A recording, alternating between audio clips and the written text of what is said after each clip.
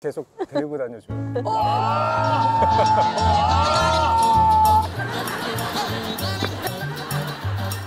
나하고 결혼해줘요. 이걸 가져가면 경찰에서 확인해주겠지.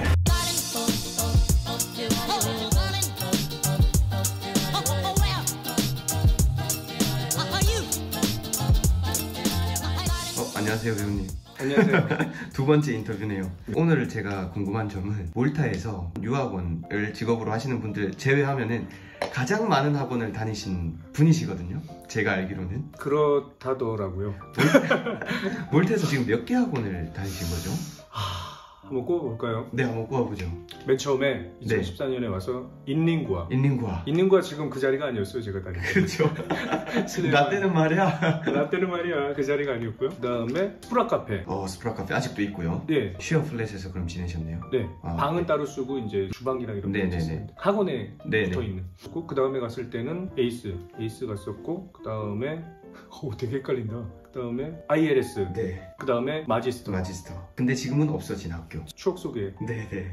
역사 속으로. 마지스터를 다닌 한국인이 그렇게 많지 않습니다. 저 때도 한 명 있었어요. 네. 정말 소형 학원이고 한국 시장에 잘 안 알려진 학원이에요. 전혀 몰랐어요. 그래서 너무 작다 보니까 전 학생이 다치네요. 맞아요. 네. 근데 그런 학원을 재한 배우님이 다니셨다니까 깜짝 놀랐어요. 근데 만족도는 굉장히 네. 높았어요. 그 다음에 와서 EC. 대형 학원이죠. EC 다녔고 그 다음에 다시 에이스.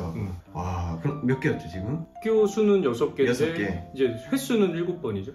그쵸. 몰타 내에서 그럼 다른 작은 곳들은 제외하고 그래도 가장 오래 다녔던 에이스와 EC를 좀 비교하자면 어떤 것 같아요?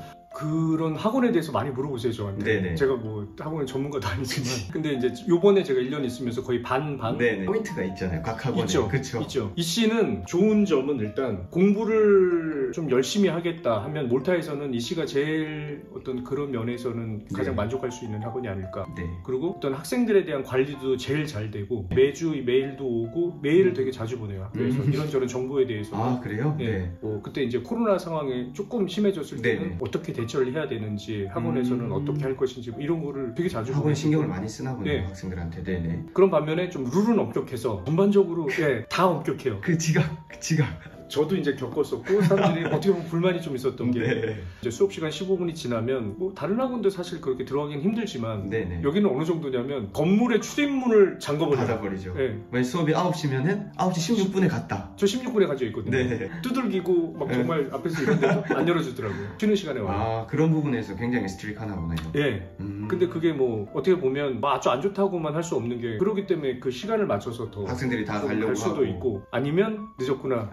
포기하고 있다가 그리고 학원은 일단 큰 학원이다 보니까 학생 수가 많아서 친구 사귀기도 더 좋고 단지 이제 복도가 좀 작고 뭐 그런 부분. 그래서 쉬는 시간에 그런 진 풍경을 볼 수 있죠. 그 이시 앞마당. 네, 모든 학생들이 다 밖에 나와서 웬만하면 다 만날 수 있다. 거기서 다 커피 한 잔씩 먹으면서.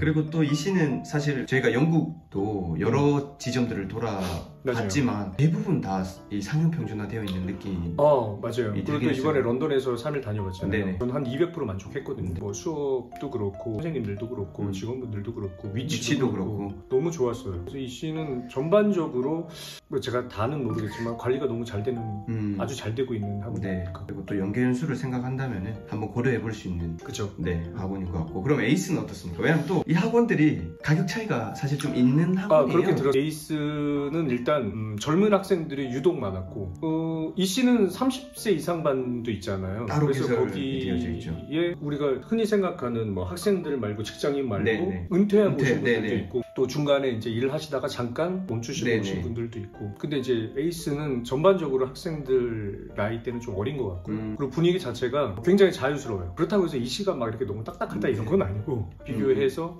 좀 자유스럽고 선생님들 수업 방식도 뭐 더 좀 자유스러운 것 같고. 왜냐면 저희 같은 경우는 야외 수업도 매주 했었거든요. 그러면 근처 바다 앞에 카페를 가든 뭐 가서 커피 한 잔 마시고 차 한 잔 마시면서 서로 얘기하고 수업 시간 끝나면 이제 집에 가고 뭐 그렇게 좋았어요. 그리고 저는 말씀드렸지 에이스 2번 다녔잖아요. 네네네. 왜 2번 다녔겠어요? 그만큼 좋았다는 거죠. 이 영상을 에이스학원 교장님이 좋아하십니다. 그리고 위치도 EC도 중심부에 있긴 하지만 에이스는 정말 특이하지 않아요? 쇼핑몰 가장 이 위에 층에. 그래서 쇼핑몰에 있는 학원이다 하면 좀 특이하죠. 네. 그 덕분에 뭐 맥도날드나 카페나 이런 거 쉽게 갈 수 있다는 것도 또 장점이고. 그 아이만 내려보면 바로 있으니까. 그래서 어쨌든 그러면은 그 에이스의 딱 특징은 뭔가요? 어떤 분들이 가면 좋을 것 같아요? 자유스러운 분위기에서 가성비가 가장 좋은 학원을 사주시는 분들이라면 가장 좋지 않을까. 분위기는 어때요? 좀 그 액티비티 같은 거나. 액티비티 최고예요. 그래요? 최고예요. 에이스가 저는 최고인 것 같은데. 몰타 중에서는? 네. 그 EC도 굉장히 좋거든요. 근데 제 개인적인 생각은 에이스를 못 따라갈 것 같은데. 그 노는 분위기가 좀 다르다고 해야 되겠죠? 완전히 다르죠. 분위기가. 맞아요. 그리고 보트파티. 여름에 보트파티. 한번 가볼 만합니다. 에이스는 파티 같은 걸 굉장히 잘 이끌어서 잘하는 것 같아요. 그리고 저 요번에 가서도 놀란 게 무슨 해변 파티를 수시로 하더라고요, 여름에. 뭐 제가 거기 참석하진 않았는데 얘기 듣거나 그런 영상 사진 봤을 때 난리가 났더라고요. 그러니까 좀 외국 가서 외국 학생들이랑 제대로 놀아보고 싶다. 친구도 되고 제대로 파티도 해보고 놀아보고 또 공부도 하고 그렇게 좀 약간 신나는 생활을 해보고 싶다 하면 에이스가 가장 적합하지 않을까. 근데 막 이렇게 활발한 성향이 아니라면은 어때요? 그래도 또 거기에 맞춰서 자기가 또 그런 분위기를 좋아하게 될 수도 있잖아요. 아니셨던 분들도 경험해보지 않았으니까. 그쵸. 저도 사실 그렇게까지 막 그런 성격은 아니었는데요. 배우님 이씨 얘기할 때보다 에이스 얘기할 때 표정이 밝아졌는데. 티가 났나요? 이씨는 뭔가 안정된 상태에서 이렇게 공부도 하고 친구도 사귀고 좀 이렇게 조용조용한 스타일이었다면 에이스는 막 활기차게 일로 가자 절로 가자 막 선생님들하고도 뭐 나가서 막 수업해요 막 이런. 확실히 텐션이 좀 있는 학원이군요. 배우님의 그 진짜 실제 경험 후기 너무 잘 들었습니다. 하지만 아셔야 될 건 저의 지극히 개인적인 저의 경험이었고 저의 의견이기 때문에 이게 뭐 정확한 사실 전달은 아니라 이게 또 정답도 아니고 그래서 그냥 참고 정도만 하시면 좋지 않을까 맞습니다. 이재환님이라는 배우님은 이렇게 경험을 했다 이렇게 느끼셨다. 그리고 한 가지 이제 저는 이렇게 여러 군데 다니면서 부탁드리고 싶은 말씀은 일단 우리나라가 아니고 집이 아니기 때문에 어쨌거나 안전을 최고로 생각하고 항상 조심하셔야 될 것 같아요. 제가 아까 말씀드렸던 그런 분위기 좋고 프렌들리하고 이러긴 하지만 그래도 항상 기본적으로 위험하지 않는 상황에서 안전하게 스스로 다니시는 게 최고라고 생각합니다. 그리고 연수를 지금 많이 다녀보셨잖아요. 어학연수를 갈 때 가져야 될 그런 마인드 좀 팁 같은 게 있나요? 어떻게 하면은 어학연수에 이제 좀 잘 적응하고 이런 생활을 할 수 있다 뭐 이런 팁 정도? 이것도 또 배우님의 개인적인 의견이겠죠? 이건 정말 개인적인 저의 의견이고 또 저의 성격이기도 하고 저도 사실 낯도 많이 가리고 좀 그런 성격이었거든요. 배우님도 제가 알기로 그 MBTI가 I로 알고 있거든요. INFJ 계획형. 사실 그래서 저도 쉽지가 않아요. 이렇게 모르는 사람들이랑 막 어울리고 근데 뭐 분위기가 워낙 좋다 보니까 제가 또 이렇게 노는 것도 좀 좋아하고 그러다 보니까 뭐 공부도 나름 아주 열심히는 아니어도 잘 참여했고 또 친구들하고 잘 어울리고 그랬던 게 일단은 회의를 나갈 때는 이게 좀 열린 마음 조금은 나를 이렇게 좀 내려놓고 풀어놓고 좀 나가서 사람들을 상대하는 게 더 좋지 않을까. 그렇다고 확 풀면 안 돼요. 항상 이게 조심하셔야 되고 조금은 그런 자세가 어학연수를 하는 데 있어서 도움이 많이 되지 않을까 생각합니다. 그리고 배우님을 옆에서 항상 보면 굉장히 긍정적이세요. 사실 제가 그런 사람이 아니었거든요.